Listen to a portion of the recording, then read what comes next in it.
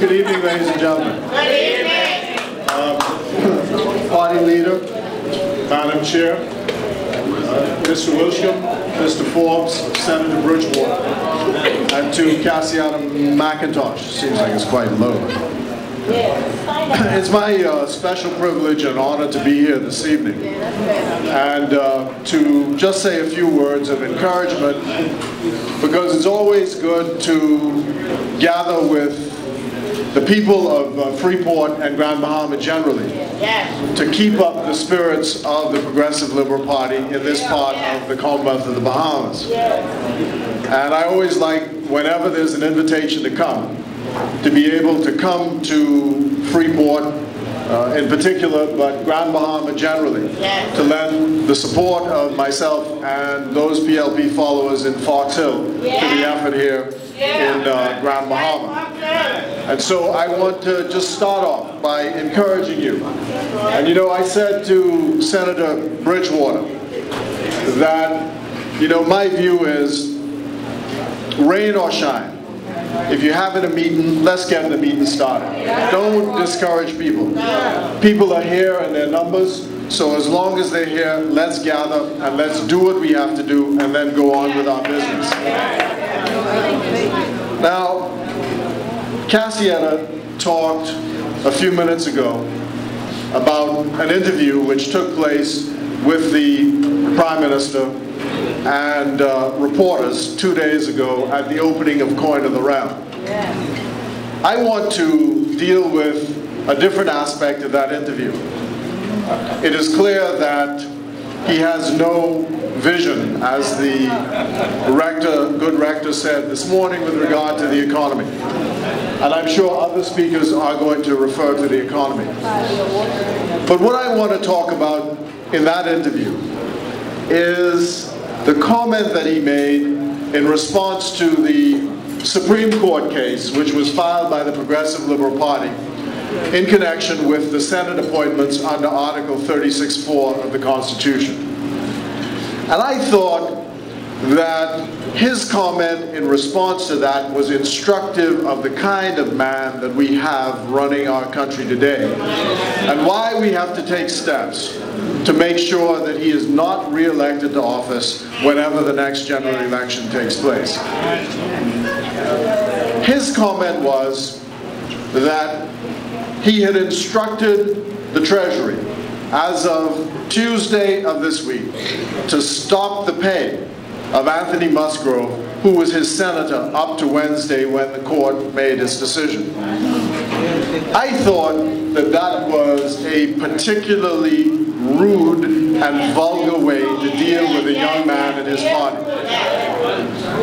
How do you get up and say, not, I thank you for your service, I'm sorry I made a mistake, I'm following the law, but simply, I stopped the pay. I ordered the Treasury to stop the pay from yesterday. So, as if the man himself did something wrong. And who was actually responsible for the mistake in this case?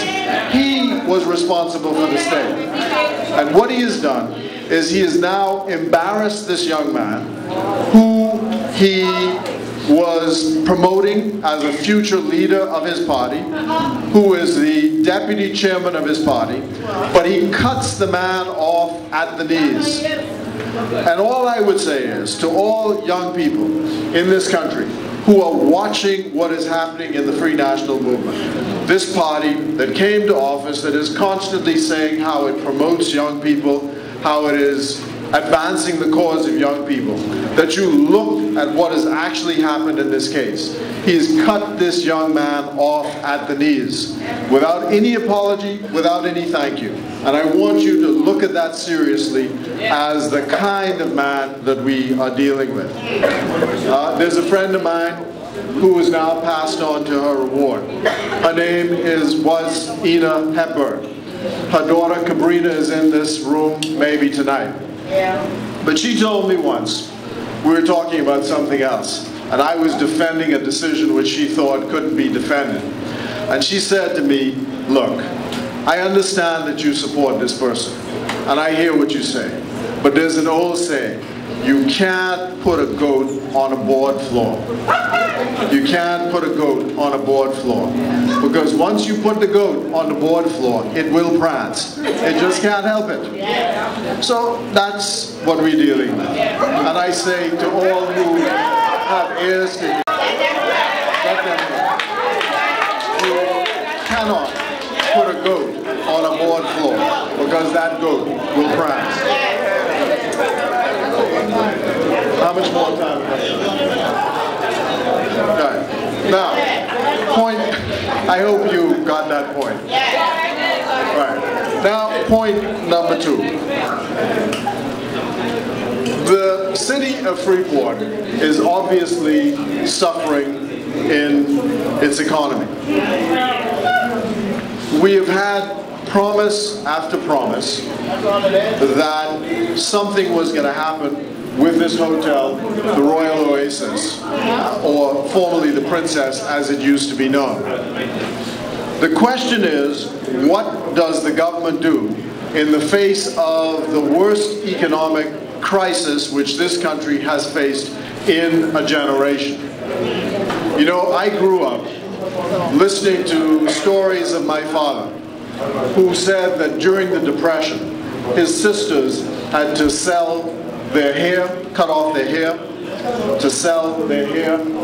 His sisters had to sell little gold coins that they had in order to make ends meet in the Depression.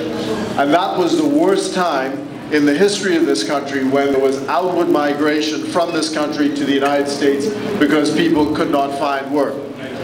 And we have had an unprecedented history of wealth creation in this country up to the loss of the Progressive Liberal Party in 2007. When we left on the books billions of dollars of inward investment and